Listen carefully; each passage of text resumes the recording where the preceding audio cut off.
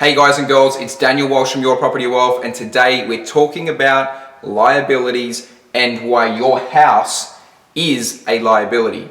Now firstly, I just want to say that I'm not against buying your own house or anything like that, but what I want you to understand is that your house is a liability. I want to show you the common trend of how people upgrade over time and keep that liability instead of getting rid of the liability over time.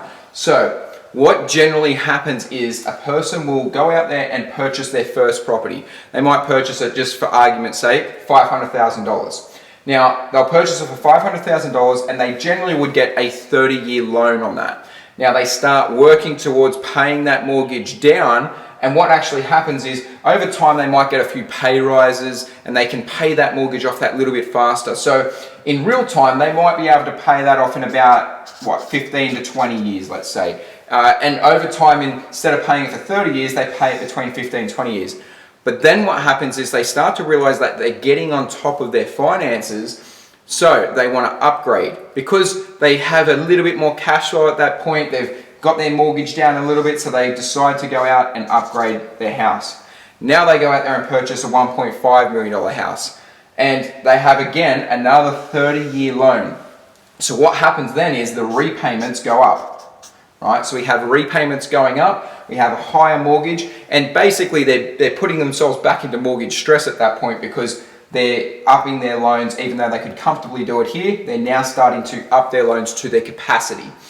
What happens is over time, again, their wages will rise. It might be a 5, might be a 10-year period. Their wages will rise, and then they might be able to pay this down in, say, 25 years. So they start to get ahead of the mortgage, they start to pay it off a little bit more, and then again, they start to get into a comfortable position, so they want to upgrade again. All the while, over that time, they might have started this in their 20s, and this is carried on to their 30s, 40s, and 50s, and they continue to upgrade their family home. Now they're in a $2.5 million house.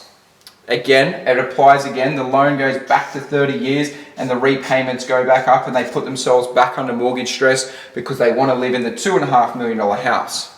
But here is the kicker.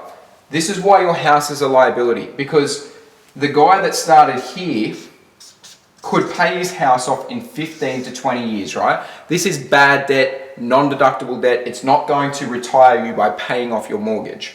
So he could do this in 15, 20 years, and at the end of that, the mortgage would cost him $0.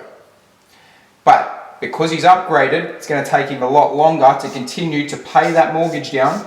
And again, once he finally pays it down, it would go to $0. And again, he's going to do it here. But instead of being able to do, that in 10 or 15 years, he's prolonged the process to getting to $0 in terms of expenses on the mortgage because he continues to upgrade. And what happens here is, even though he's at $0 and he's now probably in his 60s, he can't retire because he has no cash flow, he has no income. Now, most people would say, well, he's got a house, he's got a heap of equity in it. Why doesn't he just sell down and move on and go live in something smaller? What happens is most people will get into a neighborhood and they start to upgrade. They don't want to ever go backwards. So once they get into that, $1 million house, $2 million house, they don't want to go backwards. So they continue living there, but they don't have the income or the passive income, because even though they're at $0, there's no passive income to live. So they have to continue to work, and it might be in their 60s and 70s, even though that they've got a heap of equity. And this is why I'm saying that your house is a liability, because it doesn't matter if you lived, in a $500,000 house and just lived modestly. You could do that a lot quicker to get to $0. But if you want to live extravagant, it's going to take you a lot longer to get to $0 at the end of the day. It's still the same net effect at the end of the day, except this guy can do it a lot easier because he's going to live modestly. This guy's going to take a lot longer to do the same net effect of $0 repayments in a mortgage, but it's going to take a lot longer. Now, what you need to be doing is, because most people will want to do this and they will want to upgrade over time. So what you actually need to be doing is, as you're getting equity throughout the years, you need to be transferring that equity into assets, into investments. So that when those investments over time grow, you might start here and you might start buying a couple of investments, and then you do the same here and you buy a few more over time. And what happens is the investments are going up in value, And the cash flow over time is also going up in value.